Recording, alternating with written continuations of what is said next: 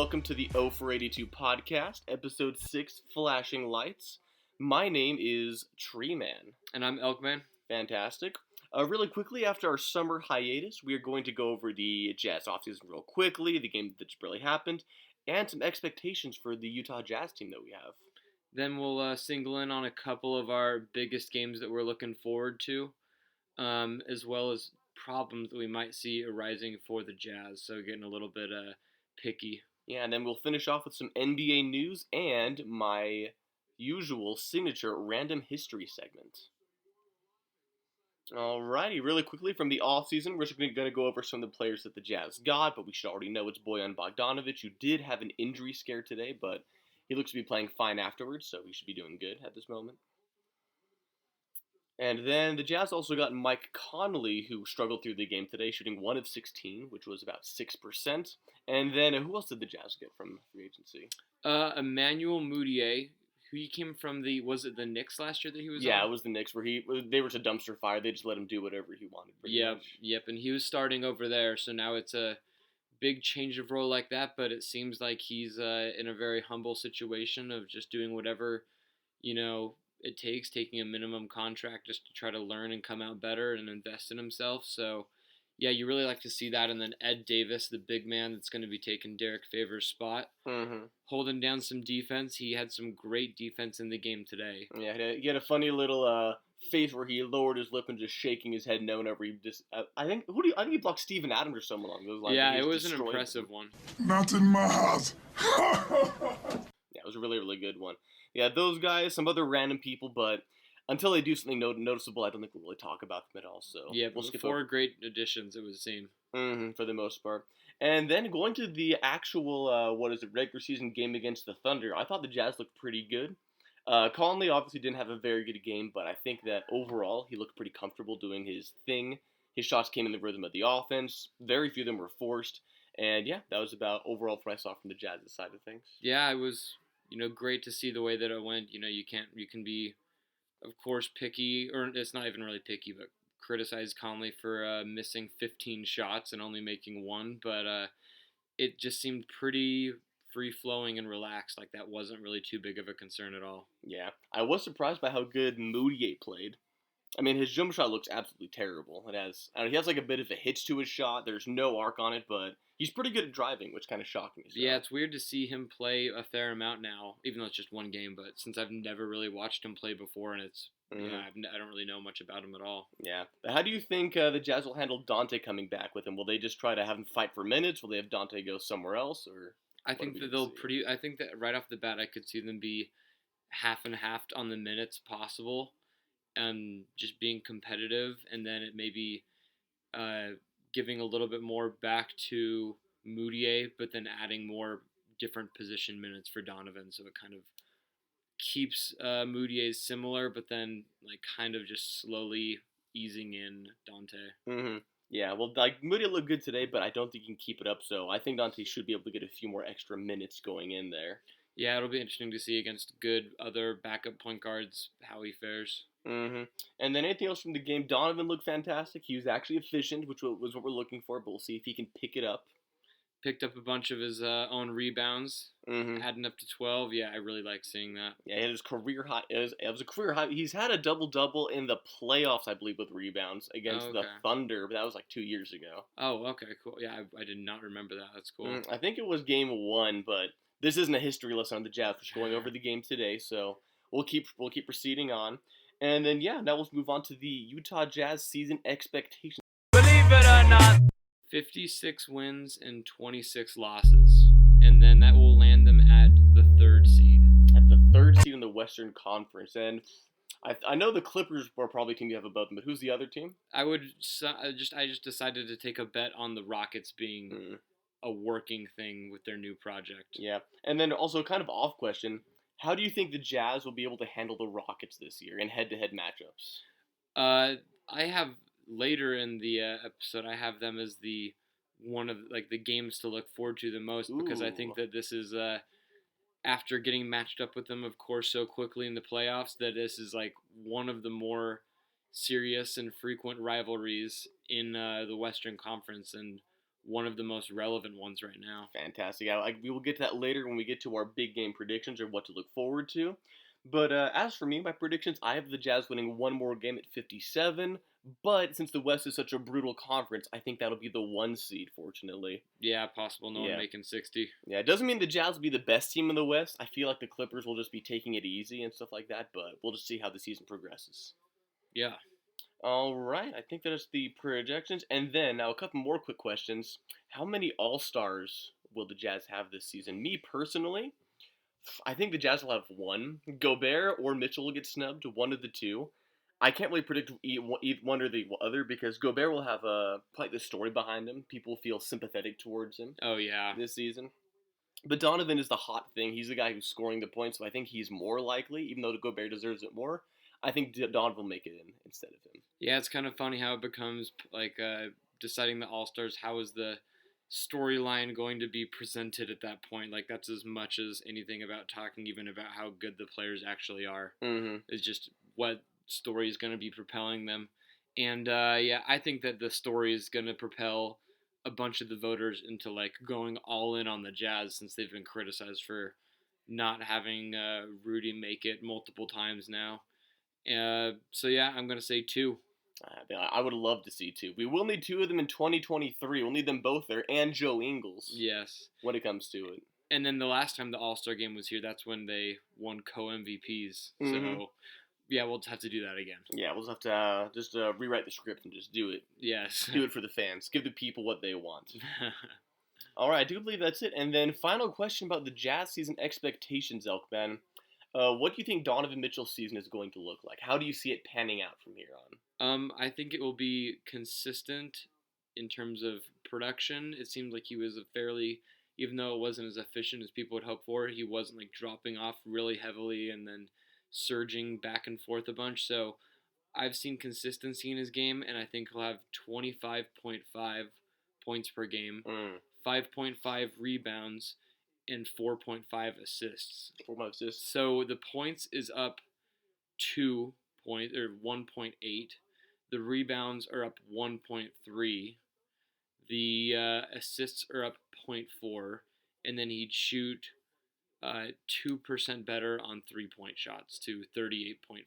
Yeah, I think it's I would be shocked if he shot worse from three this season compared to last season. Yeah, because he had such a slump to start the year, and he's a better shooter than like what the season average was, obviously, and he started this season pretty good. Yeah, so. I kind of just added moderate ticks to each of them because I think he will improve in all areas. Mm-hmm.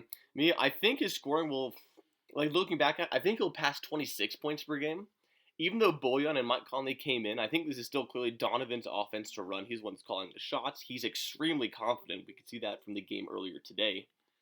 And then what is his rebounds? I think he'll pass 5 rebounds. Yeah. He got 12 today, and I don't think he was really hunting rebounds. He was just going about his business and happened to get 12. Yeah, and if he's playing harder on defense, then maybe that would just be one of the emphasis is just getting more rebounds and just him being conscious about it. Mm-hmm. And then his assists, I don't know. I feel like he's going to be focusing a lot more on scoring because a lot of the offense is going to be just out doing its own thing, and he'll just be, I don't know, out and about, just waiting for his opportunity to cut in and score.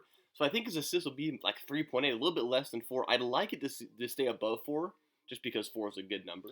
Yeah, but, I could see back on just one of with his points and the amount of possessions going around, that his amount of shot attempts stays the exact same, but he just makes more of them, so it's not like really taking shots away from him. Yeah, I could see that entirely. But yeah, I think overall, I think he's going to have an all NBA caliber season. We'll see how high he can actually climb, but I think it's a good time to be excited for Donovan Mitchell. Oh yeah. All right, and then yeah, we'll just move on to our next topic, which is our biggest games of the season. Yeah, what we're looking forward to. The one that comes to mind as soon as I read that was when the 0 for 82 pod takes Denver, and does the sponsors are talking about a live show. Maybe a post-game live show. David Locke's assistance. Yeah, so yeah. For those who don't know, we are going to the Jazz Denver game in January in Denver. So yes, we're gonna try to get kicked out of the game. We'll see how successful we are. We'll do our best, but yeah. And then other games that I might not be able to attend, and I do not think I will be, are the Jazz versus 76ers because the rookie drama between both teams and the big men uh, rivaling back and forth, and it just doesn't happen very much since it's East versus West. Mm-hmm. So people, I like to look forward to those games as just being a unique team you don't get to see twice as much. Yeah.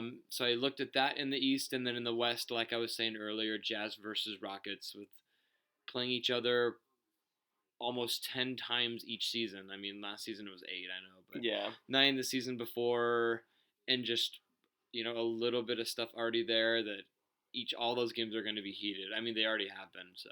Mm-hmm. Now, I mean, if, I went through game by game, and I don't know, I just feel like the Rockets might sweep the Jazz this season. That would be sad. They might be worse, but I don't know. James Harden just destroys us every single time. And I just feel like he and Russell Westbrook will just make it work. I don't know how, but hopefully Conley can do some even better piggyback defense. Yeah, hopefully we'll see. Just riding James Harden's butt the entire way down. That's the way you got to do it. Yeah. And then let's see. I have 3 games on the road that I'm looking forward to. The ones I'm most anticipating. The first one is at the Milwaukee Bucks. Because I think the aspirations this year for Jazz are we want to make the finals. It's like if we get to conference finals, yeah, that'll be cool. But I want to see the Jazz make it to the finals, and the most likely opponent is the Bucks. And the reason I'm looking forward to that is because last year it seemed like we just couldn't stop Giannis at all. We tried to do our weird gimmicky defense where Gobert just guards him straight up, like 10 feet away from him until he charges the basket. And the first game in Milwaukee last year, it kind of worked, but the Jazz still lost kind of handily. And then the Jazz, Gobert got destroyed by Giannis so bad that he had I think a 5 or 6 game stretch where he couldn't defend anyone. He just lost all of his confidence. Yeah, and that's the game where Rudy didn't even play him at all, really, because Favors stayed in, and then the Jazz were able to beat him just through Donovan scoring a crazy amount, and it wasn't a reliable performance to base off of. Yeah, so I'm looking forward to that game to see if the Jazz can do something different against Giannis. I feel like in Utah we can obviously play a little better, so I want to see how we do over there. And then this game I'm looking forward to is at the Atlanta Hawks. Oh, the scary East Coast. Here's Johnny. If there's any game I can bottom feeder, any game I can guarantee a loss, it's probably this one. So you got to watch it. Yeah, so I'm gonna watch it because if the Jazz can win that game, that'll mean that the Jazz they mean business this season. Yeah, that is a good point. I don't know what it is with the freaking Hawks, but they always find a way to steal a game from us, usually in Atlanta. So yeah, and it is always the low point of the entire season. Yeah. And then the final game I'm looking forward to is, I think it's the last game of the season against the Blazers, the very last one at Portland. Oh, yeah, I thought it was against the Nuggets. But no, it didn't. It's the last time the Jazz play the Blazers, I should say. The last game is against the Nuggets, but it's gotcha. The last game the Jazz play against the actual Blazers. Because by then, I do believe Yusuf Nurkic should be healthy. Oh, yeah. So that'll be the Blazers at full strength. That has me a little worried because I don't know, the Jazz can take games off Portland, but we just can never stop CJ and Damian Lillard. They just annihilate us so often. Yeah, they're very comfortable destroying the Jazz. Yeah, and if Nurkic is playing and they meet in the playoffs, I don't know, that might be a little worrisome for me. So I want to see how the Jazz handle a full-strength Blazers squad. I don't think the Blazers will have home court since they have Hassan Whiteside playing for them right now, but once Nurkic comes back, I really want to see how the Jazz play against them and how they're able to handle him with Mitchell and Connolly guarding Lillard and McCollum, and yeah, I'm just excited for that. That'll be, those are always great games. And yeah, that should be the games we're most looking forward to. You probably have your own, but those are our personal lists. We'll see how it goes from there. All right, and so we're going to look at this upcoming season. What are the biggest problems or potential things that may arise? So we've had traditionally really slow starts to the season. Do you think that's going to continue happening? I think it kind of will, but not the Jazz have had slow starts where they're 20-20, probably halfway into the season they're super slow. I think it'll be maybe a 10-game thing where they're 5-5 because we have early games against the Lakers and the Clippers and games like that. So I do believe it'll be maybe a 10-game rough patch, but after that it should be smooth sailing. Not as extreme as in years past. Yeah, I mean, the Clippers are still going to be really hard, but we're going to get a couple teams that either are not all the way together yet, as which is the Clippers, or teams that, need more time to get it figured out, like the Lakers, and being, more familiar and just pieces that gel easier, it would appear. I think that'll really help, Hmm. getting a better start out of the gate. Yeah, I don't think we'll ever be worried at any point in the season like we have been the past 2 seasons. And one thing that we've always got to look at is, with Gobert having a while ago injuries that, kind of were freak, but he's been doing better. And with Conley being old, you got to be thinking about their health. So Hmm. do you think either of them are going to be missing like more than 15 games? I think Conley will. Yeah, that is what I think too. I really Yeah. think he might miss, Yeah. if I had to just guess a number, Yeah. 22. Yeah, because Gobert, he used to get taken out at his knees all the time, but I feel like he's much more careful now than he Yeah. used to be. Yeah, he's always checking his knees and like jumping out of the way easier for it. I don't know, Yeah. just it's in his head. But I swear, people would like on purpose just roll into his knees to injure him. Yeah. Yeah, but Conley, I just feel like if there's any nagging injury that he feels unsafe about, they'll just give him rest because they can always have Donovan run the point guard and then Yeah. have their power forward 6'4" Royce O'Neal, I guess, move up to the shooting guard spot. Yeah. And by the way, Yeah, I you still can can't do it. believe that. Like, let's just like go off topic back. I still can't believe that he's a 6'4" power forward. Yeah, it is really cool. He's just like the Jazz's version of like PJ Tucker. Yeah, I was reading on Reddit that he went 6 for 6 tonight. Oh, made really? every Yeah, single he shot. did do really good. I He didn't know it was siphoned that. off Mike Conley's energy just to have a really good game. No, but I think Royce is going to get absolutely obliterated this season. But he's going to play like a champ, but he's going to get pounded to the ground. Yeah, hopefully injury problems with him Yeah. don't become a Yeah, thing. but he's got that Earl Watson bulldog mentality that Buller Jack yes. loves. So. Yes, I love the bulldog mentality in our players. Hmm. Yeah, but let's go back on track though. But other problems we have in this season. Like even today, I just have this very nagging worry that the Jazz will never really make that many open threes. Last season it was a problem, and I don't know. I'm just super worried about it. I need to see them just knock down the open threes that they get, because even today they were just missing almost every single one.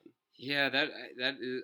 I've just been kind of convincing myself that if there's ever a good time for them to be making threes, that this is the roster. It would appears if anyone's going to make threes, it'll be this roster. So Yeah, I'm just holding faith in that, but we will see. yeah. Maybe just Ricky Rubio changed the Jazz culture to where you aren't allowed to make an open Yeah. three. At least not that often. Such a large impact. Yeah, Ricky Rubio's legacy staying in the Utah Jazz. And then honestly, that's most of the worries I have. I think this Jazz team is going to gel. They're not going to fight each other. I think it's going to be a pretty good season. That's about all the worries. Yeah, that I try to keep myself a little bit from being too excited of like what their potential will be, because it can be sidetracked. But why not? Mm-hmm.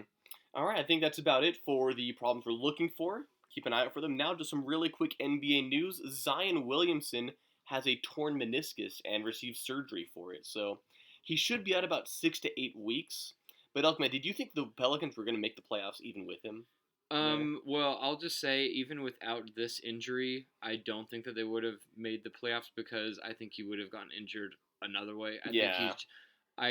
Even though it's not a nice thing to say, I just think that he will be having a fair amount of injury problems, and it might take a couple seasons for it to be like figured out, like it was with Joel Embiid when they weigh his different options, his training styles, his whatever, the way his body is, because players now have so much time from specialized sports by the time they get into the pros that it's crazy. Yeah, Zion, he's just too fat. No, I'm just kidding. Well, he is pretty fat. He's super heavy. He's got to drop some weight. But it reminds me, back when Joel Embiid was having his foot problems, I remember reading a news article saying that he developed like some sort of diagnosis called megafoot. No, I've never heard that. I don't even know what that means, but like, yeah, he has a foot, but like more foot. Apparently, so I don't know. That really, of course he does. it didn't really mean anything, but I think he slimmed down a bit, so he was able to cut down his injuries, and he's looking He has a lot a better. smaller mega foot now. Yes, yes, yeah, just a foot, just a regular foot. But yeah, I agree. No, I don't have the Pelicans making the playoffs.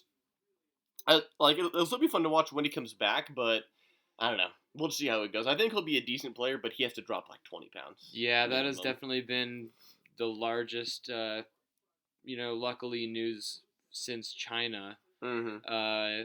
In the whole league this past week. So yeah, it's a bit of a bummer. We'll see. Yeah, and then the Clippers also took down the Lakers in their opener, which I honestly did not expect. I thought the Lakers, JaVale McGee, Anthony Davis frontcourt with LeBron at the point guard was going to just destroy them, but it actually didn't happen that way. Yeah, I guess that Dwight Howard couldn't carry them enough. Dwight Howard has what? His feminine hair. Yes. His weird blondish curls. And he's like wearing Avery Bradley's jersey shorts. Yeah, oh, the shorts. Yeah. It's exposing his knees. Yeah, it's a little weird. Now, but Mia, you already said you think the Clippers will be the first seed this season. I actually have the Clippers, but since Paul George is going to be gone, I initially had them not even having home court advantage in the first round. That's how low I had them. But, I mean, that was a really impressive game against the Lakers, so maybe they're going to prove me wrong right here. But yeah, it does seem like they just have, the Lakers added Anthony Davis by swapping out tons of their decent players, and the Clippers are able to just add everyone by keeping their players as well. Yeah, well, if DeMarcus Cousins never got hurt, I think it would be a lot different. But Yeah. I don't think we'll get to see him this season, unfortunately. Yeah, Yeah, but we'll see how it goes. The Clippers, I do think they are the best team in the NBA, but record-wise, I don't know where they're going to land. We'll just keep an eye on them right now. And then, I think that's about it. Any other NBA news that I should be aware of? Nope, I think that sounds great. Fantastic. And now... Yeah, with that, let's go to the Random History segment. Fantastic. Well, this is the Random History segment where I, Tree Man, delve into history to find the most random and obscure and usually bizarre moments in history. We've gone over whales exploding in Portland. We've gone over 2 Italian cities warring over a bucket. And now we're going to go over a very unique plague that came out, I believe, in 1518. Now, this is shortly after the Black Plague. I don't know exactly when the Black Plague was, but I think, wasn't that, what was the disease that was? Smallpox or something? No, it was something else entirely. Smallpox was different. I think, yeah, it was different. I was going to ask what time it was, too, because I wasn't sure. It's 11:15, but yeah. Oh, no, what time of, history it went on? Well, the Black Plague, I think, was 1300. It was right before the Renaissance. So oh, okay. I think that's when it was. Around there, roughly. Yeah, more or less. The plague I'm talking about went on in 1518, after Columbus had already discovered the Americas. But this isn't your normal plague where you get disease, are super weak, and then die. This was a disease or a plague that gave you energy. It's the dancing plague. Oh, yeah, I've not heard of this. Yeah, this is actually historical fact, because lots of people died from it, actually. In, I think it was Alsace-Lorraine, which is a very historically important city in France. There have been lots of wars and battles fought there throughout the past few centuries. But in 1518, one woman named Mrs. Trophea began to just dance. She was just dancing in public and having a good time. And then within weeks, everyone was dancing non-stop. They didn't stop to drink, eat, go to the bathroom. They just danced until some reports said 15 of them were dying every single day. Like, there are actual physicians' notes detailing how they just danced and then just collapsed dead. Just out of the blue. Dancing, dehydration, Yeah. to the death. Yeah. You gotta drink some water if you're gonna dance for that long. Wow, yeah, so is there any idea, what was going on? No one has any idea, just maybe it was like a frenzy where people just decided to do what was going on there, but yeah, people just danced until they died. That's... And it wasn't just... do you know how many people died, roughly? Roughly, I'm guessing about 100 people died overall, but I know hundreds of people were dancing in that town. Wow, that would Just get something in the water, just something non-stop. in the wind. Brings it around for 10 days or so. Yeah, like, I can't imagine staying awake for 2 days in a row, let alone dancing 3 or 4 or 5 and then just, collapse. Yeah, I like to believe in things like this, and that's too much going on. There was something behind that. Yeah. I am going to say, though, this plague will return. Hopefully. In June 2020, when the Jazz raise the trophy. Oh, yeah. Yeah, it's with the first day of the NBA season being yesterday. It was sad that I realized I was going to have to wait 365 days till the Jazz get their championships presented on the next year's opening day. Yeah, that's the only negative side effect of the season starting is we know how it's going to end. The year countdown begins. All right, sounds good. All right, well, I think we're good to go. Anything else, Elkman, you want to talk about? Nope, Elkman out. Fantastic. Tree Man out. And the weather's so breezy. Man, why can't life always be this easy? She in the mirror dancing so sleazy. I get a call like, where are you, Yeezy? I don't even know what that means. No one knows what it means, but it's provocative. No, it's not. It's Gets gross. the people going.